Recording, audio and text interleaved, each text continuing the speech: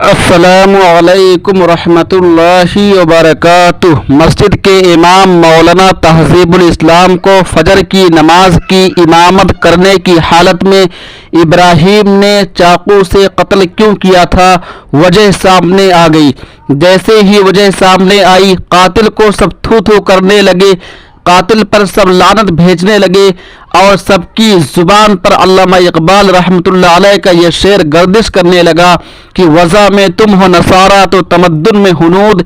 وضع میں تم ہو نصارہ تو تمدن میں ہنود، یہ مسلمان ہیں جنہیں دیکھ کے شرمائے یہود۔ میرے دوستو، آپ بھی جب وجہ جان جائیں گے تو آپ بھی اس قاتل پر لعن و طعن کریں گے، آپ بھی اس قاتل کو برا بھلا کہیں گے۔ تو آئیے بغیر کسی تاخیر و تمہید کے وجہ جان لیتے ہیں۔ مفتی سبی اختر قاسمی جو آسام کے ایک مدرسے کے شیخ الحدیث ہیں، وہ لکھتے ہیں کہ مولانا تہذیب الاسلام اور ابراہیم کے درمیان ایک چھوٹی سی بات کو لے کر کے ہلا غلہ ہوا تھا، جھگڑا ہوا تھا،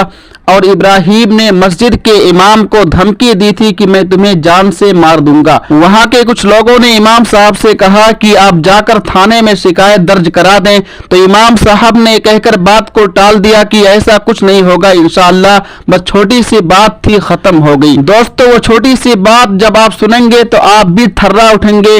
آپ بھی حیران ہو جائیں گے، آپ بھی اپنے سر کو پکڑ لیں گے اور افسوس کریں گے اور کہیں گے کہ اے اللہ، کیا ایسے ایسے بھیڑیے بھی دنیا کے اندر موجود ہیں، ایسے ایسے کتے درندے بھی دنیا کے اندر موجود ہیں جو چھوٹی چھوٹی باتوں کو لے کر کے امام کو قتل کر دیتے ہیں، جان سے مار دیتے ہیں۔ دوستو، وہ چھوٹی سی بات یہ ہے کہ ابراہیم نے امام صاحب سے ایک تعویذ بنوایا تھا، اور امام صاحب پیسے لے کر کے تعویذ دیے تھے، اور امام صاحب نے کہا تھا کہ اتنے دن میں تمہارا کام ہو جائے گا، لیکن کام نہیں ہوا۔ اسی بات کو لے کر مولانا تہذیب الاسلام اور ابراہیم کے بیچ جھگڑا بھی ہوا، اور ابراہیم نے دھمکی دی کہ میں تمہیں جان سے مار دوں گا، اور ابراہیم بھیڑیا بن کر، درندہ اور کتا بن کر امام صاحب کو قتل کر دیا، امام صاحب کو جان سے مار دیا۔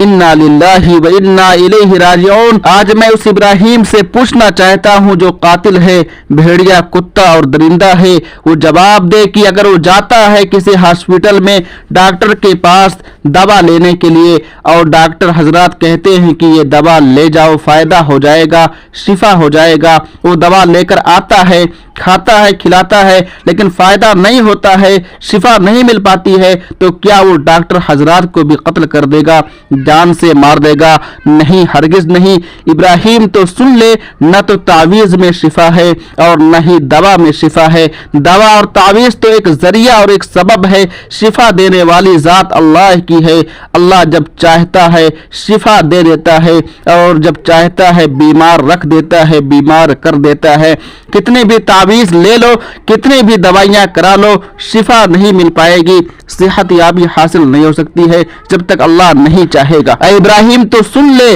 مولانا صاحب، امام صاحب شہید ہو کر کے جنت میں چلے گئے، جنت کے مزے لے رہے ہیں، اور تو ذلیل و خوار ہو گیا دنیا کے اندر بھی، اور جب تو مرے گا، اس دنیا سے جائے گا، تو تیرا ٹھکانہ جہنم ہوگا، تو جہنم میں جلے گا، تو جہنم میں تڑپے گا، سانپ اور بچھو تجھے ڈسیں گے۔ یہ قرآن کا اعلان ہے، اور ہمارے آخری پیغمبر محمد مصطفیٰ صلی اللہ علیہ وسلم کا فرمان ہے۔ زیادہ کچھ نہ کہتے ہوئے آخر میں دعا کیجئے کہ مولا کریم مولانا کی مغفرت و بخشش فرما، مولانا کی شہادت کو قبول فرما، اور مولانا کو جنت الفردوس میں اعلیٰ مقام عطا فرما، لواحقین کو، پسماندگان کو، اہل خانہ کو صبر جمیل عطا فرما، آمین یا رب العالمین۔ السلام علیکم ورحمۃ اللہ وبرکاتہ۔